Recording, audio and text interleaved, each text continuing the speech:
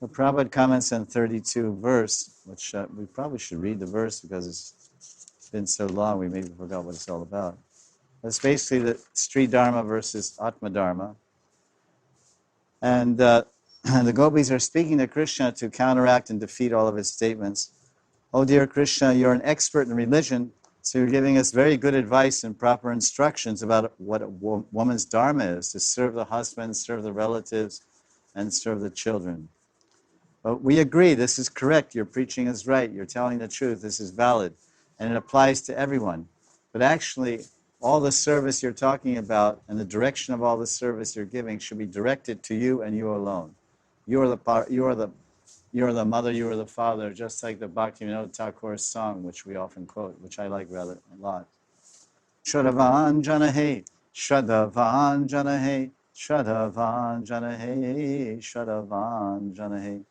Krishna Mata, Krishna Pita, Krishna Pranadan. Krishna Mata, Krishna Pita, Krishna Pranadan. Shraddhavan Janahe, oh Shraddhavan. Hey, man, you have faith.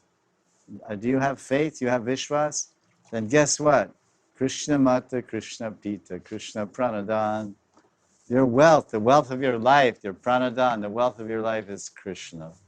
And your father and your controller and your Lord is Krishna. And your Pita and your Mata, your mother, your generative source, and who is nourishing you and who is maintaining you like your mother and drying your tears and always encouraging you, that's Krishna. Krishna Mata, Krishna Pita, Krishna Mata, Krishna Pranadan. So this is the real truth, and this is the example the gopis are speaking in this verse.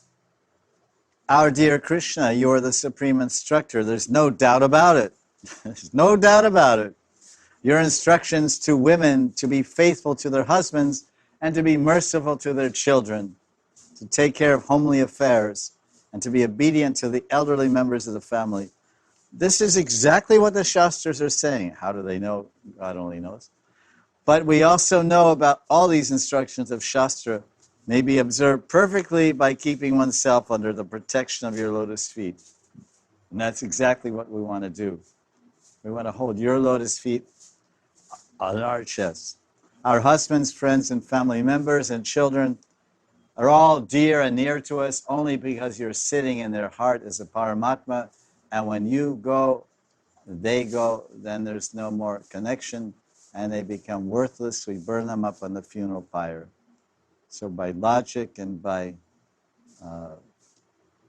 love, they're showing Krishna the truth. Without your presence, the gopis are saying, without you, one is worthless. When you leave the body immediately dies.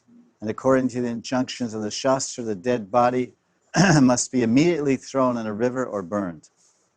Ultimately, you are the dearmost personality in the world. By placing our faith and love in your personality, there is no chance of our being bereft of husband, friends, sons, or daughters.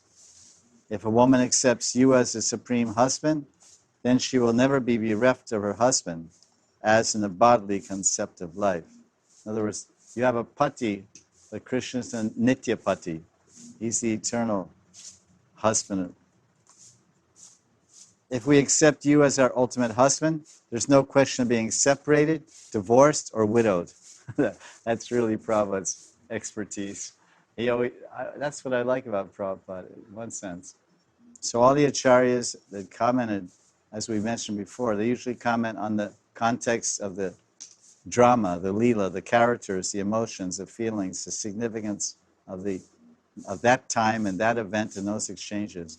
But Srila Prabhupada always brings it into contemporary time, because you won't find Vishwanath or Jiva or anyone talking about divorce, because such things and such concepts didn't exist. They couldn't even be thought of in anyone's wildest imagination that a dharmically married husband and wife will ever separated. It's unheard of. But Prabhupada grew up as a old Calcutta boy, as he said. I'm an old Calcutta boy, so I don't have any fear of wandering around the streets of New York City at 1 o'clock at night, which he did sometimes when he got restless. And the disciple says, Prabhupada, don't worry, I know my way around. Because he's Abai.